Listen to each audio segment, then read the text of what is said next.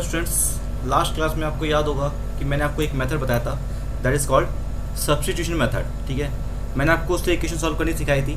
आज हम उसी मेथड को यूज़ करके एक्सरसाइज 3.3 देखेंगे कि किस तरह से उसके क्वेश्चन सॉल्व कर सकते हैं। ठीक है, लास्ट जो वीडियो मैंने आपकी 3.2 की बनाई थी वो भी मैंने इसी तरह से बनाई थी और आपसे कमेंट में पूछा था। हालांकि एक ही बच्चे का कमेंट आया था, मुझे याद है, जिसने कहा था कि अच्छी लगी वीडियो, तो इसलिए मैं आगे 3.3 भी बना रहा हूँ। बट फिर भी अगर आपको लगता है कि ये मेथड आपका सही नहीं है सर, या आप हमें बोर्ड पर ही सॉल्यूशन दीजिए, तो मैं बोर्ड पर दूंगा। बट एक्चुअली क्या होता है कि बोर्ड पर सॉल्यूशन देने में प्रॉब्लम ये आती है कि एक तो राइटिंग की थोड़ी प्रॉब्लम रहती है कि छोटा रहता है। मेरे पास अभी इतने इक्विपमेंट नहीं है, लॉकडाउन की वजह से बोर्ड छोटा है मेरा, तो ईजिली नहीं हो पाता। फिर भी जितना मैं कर सकता हूँ उतना कर रहा हूँ लॉकडाउन में। ठीक है, लेकिन अगर हाँ फिर भी प्रॉब्लम आती है तो आप मुझे बताइएगा, मैं आपको दो क्वेश्चन करके करवाऊँगा। फिर थोड़ा टाइम लगेगा लेकिन करवाऊँगा। ठीक है, लेकिन यहाँ पर ये कि अगर मैं इस तरह से करवाता हूँ तो थोड़ा सा एक्सरसाइज जल्दी ख़त्म हो सकती है आपकी। चलिए देखते हैं। तो 3.3 के अंदर क्वेश्चन नंबर 1 है। इसके अंदर आपको 6 पार्ट दिए गए हैं, 6 पार्ट। फर्स्ट पार्ट में आपको कहा गया है कि x + y = 14 है और x - y = 4 है। आपको कहा गया है कि इन इक्वेशंस को सॉल्व करना है by the method of substitution method. ठीक है, तो हम इसके लिए क्या करेंगे, देखिए आपका फर्स्ट इक्वेशन अगर देखें हम, तो यहाँ पर दिया गया है x + y = 14 और x - y = 4, फर्स्ट इक्वेशन और सेकंड इक्वेशन। अब हम from first we obtain x = कितना आएगा, देखिए यहाँ पे हमने देखा कि x = आ गया 14 - y। मैंने आपको ये बताया था कि किसी भी इक्वेशन से हम एक वेरिएबल की वैल्यू निकालते हैं, या तो x की वैल्यू निकाल लो या y की निकाल लो। यहाँ पर हमने x की वैल्यू निकाली 14 - y और substituting the value in equation 2, हमने यहाँ पे इक्वेशन 2 के अंदर इस वैल्यू को पुट करा। तो इक्वेशन 2 हमारी ये वाली है। ठीक है, इसके अंदर जब हम x की वैल्यू पुट करेंगे तो यहाँ पर x की जगह क्या लिख दिया हमने 14 - y। फिर फर्दर ये जो -y था इसको एट यहीं पे नोट कर दिया। ठीक है, उसके बाद = 4। जब इसको सॉल्व करते हैं तो ये आता है हमारा 14 - 2y = 4 और आगे फर्दर सॉल्व करेंगे तो 2y = 10 या y = 5। जब y की वैल्यू 5 आ गई, अब उस वैल्यू को हम इक्वेशन 3 में पुट करेंगे। ये जो इक्वेशन हमारी 3 थी, मैंने आपको बताया था कि हम चाहें तो फर्स्ट सेकंड थर्ड किसी में भी पुट कर सकते हैं। यहाँ पर हम इक्वेशन 3 में पुट कर रहे हैं, तो जब इक्वेशन 3 में हम ये वाली वैल्यू इसमें पुट कर देंगे इस इक्वेशन में। ठीक है, तो x = आ जाएगा हमारे पास 14 - y की जगह क्या था 5, तो x = हो जाएगा 14 - 5, यानी कि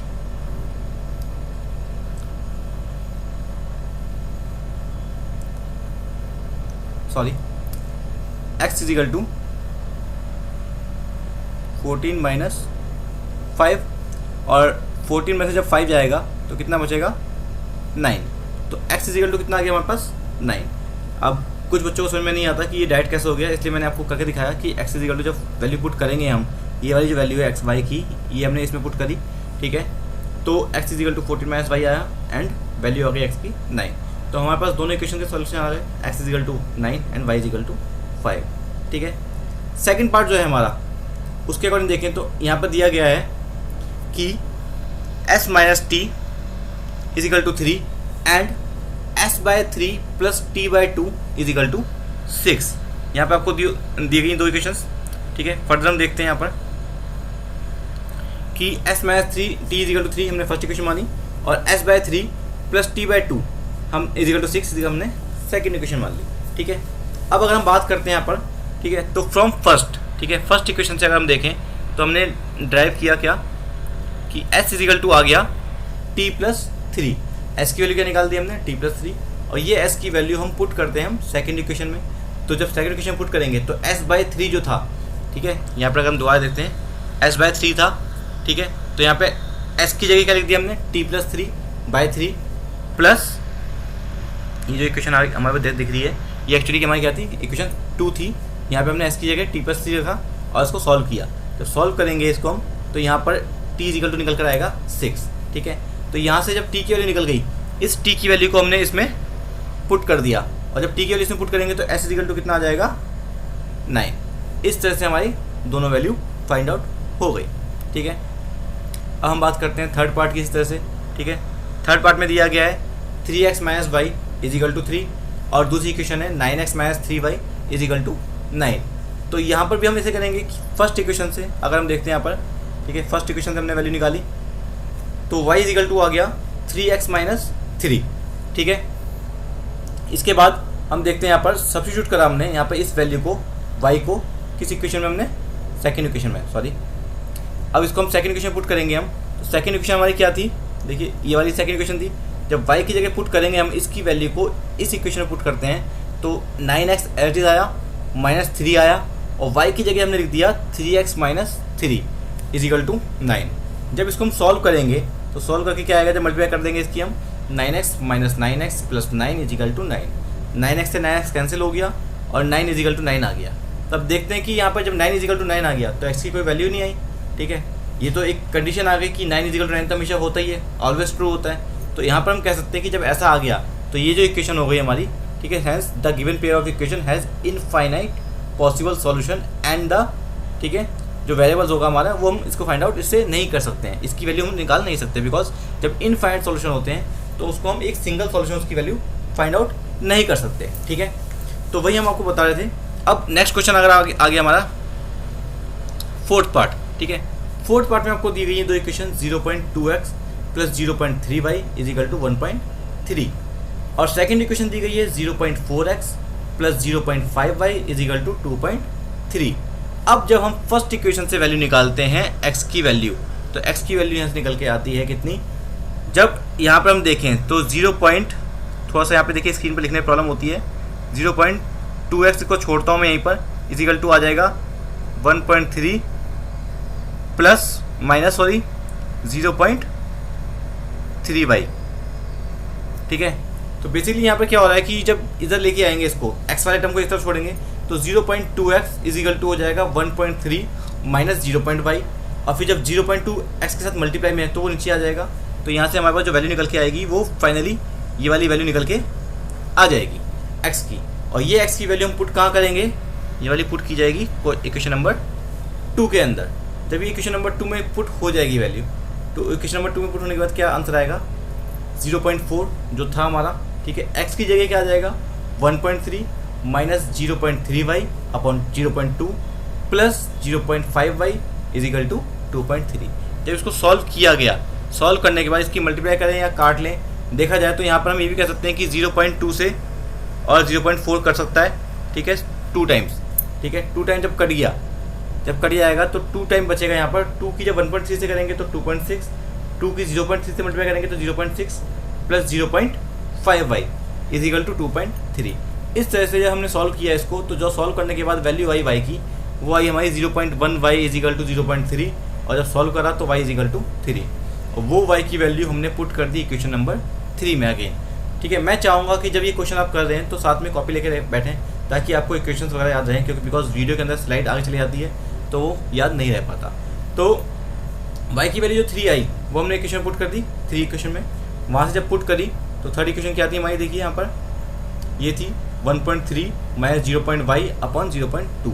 जब इसमें पुट कर दी वैल्यू हमने, तो आंसर कितना आ गया हमारे पास, 1.3 - 0.3 × y की जगह पुट करा हमने, यहाँ पर क्या था 3, ठीक है। जब ये पुट कर दिया तो आंसर निकल के जो सॉल्यूशन आया, ठीक है, वो क्या आया हमारा 2। इस तरह से हमने x की वैल्यू 2 और y की वैल्यू 3 निकाल दी, ठीक है। नेक्स्ट क्वेश्चन में चलते हैं हम, क्वेश्चन नंबर 5 यानी कि 5th पार्ट इसका।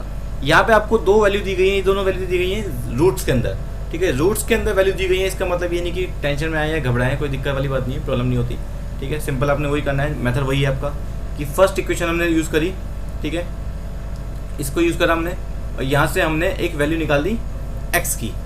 जब यहाँ पर 0 दे रखा है तो √2x = हो जाएगा -√3y, और जब √2x = -√3y आ जाएगा तो x = आ जाएगा -√3y / √2, जैसा कि यहाँ पर निकल कर आया है।